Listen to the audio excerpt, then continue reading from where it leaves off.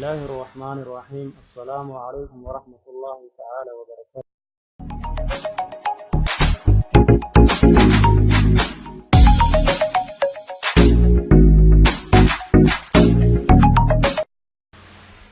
درسينا maanta waxaan ku soo qaadan doonaa hadii la yiraahdo sidee antivirus free computer u soo leeyahay.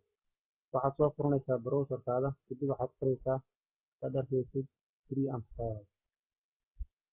page u hore ee click siinaysaa wax yar baad sugaysaa. kadib sadarkiisa waxaa ku soo baxaya Kaspersky antivirus la yiraahdo. waxaad arkaysaa halkaan ay ku qoran tahay download. waxaad ka saxaysaa marka hore luqadda kadib download ayaad ku dhufanaysaa.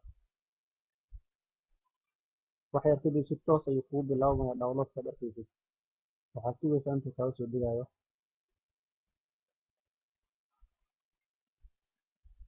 waa antivirus free ah ama bilaash ah oo aad ku shuban karto computer-kaaga.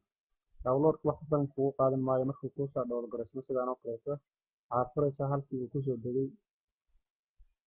kadib haddana download aan kasoo qaaday waxaan soo saaran desktop-kayga desktop aan dhihi.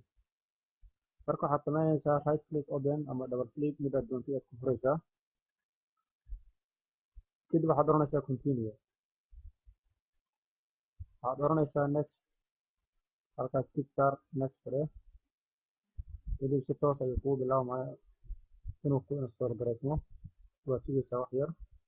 kadib wuxuu ku leeyahay restart the computer-kaaga. haddii aad rabto restart waad dhahaysaa, haddii kale restart later si aan kuu tuso. hadda aniga restart later waan oranaya.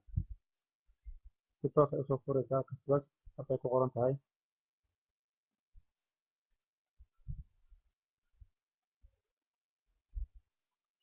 right click open.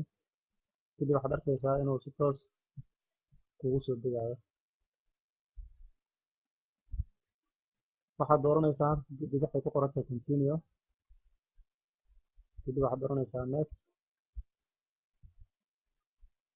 hadda mar labaad next waad dooranaysaa. next mar saddexaad kadib done ayaad dhahaysaa. waxaad arkaysaa your computer is protected ayaa lagu soo qoray computer-kaaga inuu free yahay. رمضان كريم. يا رمضان سلام مرحب شعب المسلمين رحب منتظرين بنترحب زادنا صيامنا ما بنلعب. مرحب بك في كل دار فرحانين.